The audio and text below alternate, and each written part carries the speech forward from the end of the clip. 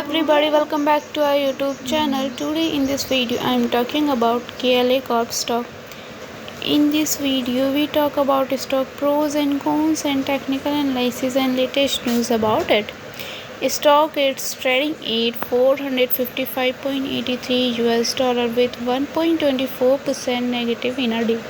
We can easily see stock was volatile for a day. The volume of stock was recently not all-time high, so the fundamental stock is much not better for today. Before buying and selling the stock, please consult your financial advisor.